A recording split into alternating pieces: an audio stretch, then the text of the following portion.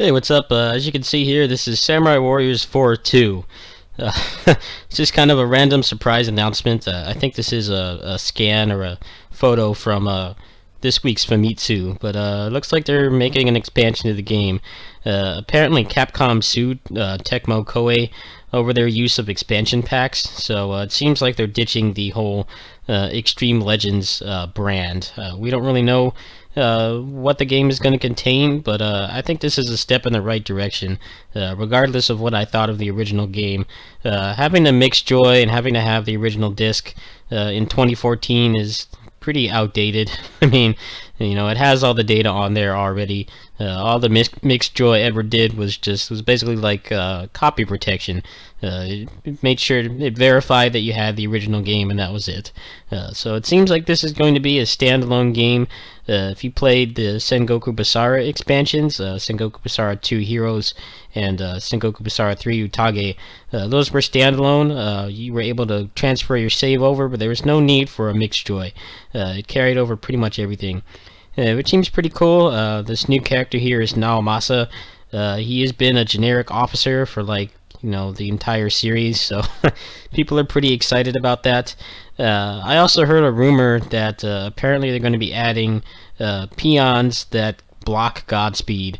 I think that will be a good thing. It will make the game a little less brain dead. The main problem with Godspeed, this is not just something that I agree with. A lot of people who actually care about the mechanics agree with this. Godspeed made the game really brain dead. There was no reason to use your actual moveset on peons because the triangle button was a win button. It seems like they're going to prevent that. I'm not really sure. It hasn't really been confirmed yet, but I think that would be a pretty good way to make the gameplay a little less monotonous. The way the game is now, it's like if you used your basic moves on the peons, you're pretty much just making things take longer for no reason. There was no reason to not just mash the triangle button. So we'll see what happens. In terms of my coverage of the game, I have to be honest with you. They're going to have to add a lot. They're going to have to improve the mechanics, maybe add something more interesting, give the existing, veteran characters some more charge attacks, anything to just reduce the monotony and make things a little less repetitive would be nice. I would also like to see some kind of customization. They need some kind of weapon fusion in the game. Uh, the whole thing where you have such a small weapon limit and you can't do anything with them. It made it just RNG. I know some people didn't really care about that, but I like maximization. I like making the best characters. These games don't really have much of a post game. Warriors Orochi 3 Ultimate was like their first foray into actually adding a post game mode into these games. But most of the other ones, pretty much the only thing you have to do is make your character as badass as possible. So we'll see what happens. They don't have a release date yet. Like I said, I'm gonna be following the game at least casually.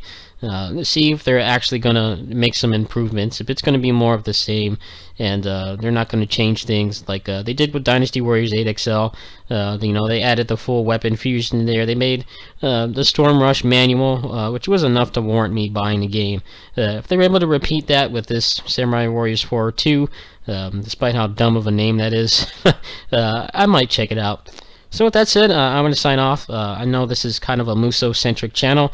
There hasn't really been a whole lot of news about this. The big clickbait websites haven't reported on this yet, as far as I know. So we'll see what happens. I'm not making any promises. I need to really follow this, see if there's anything I actually give a shit about, if I actually want to play the game again.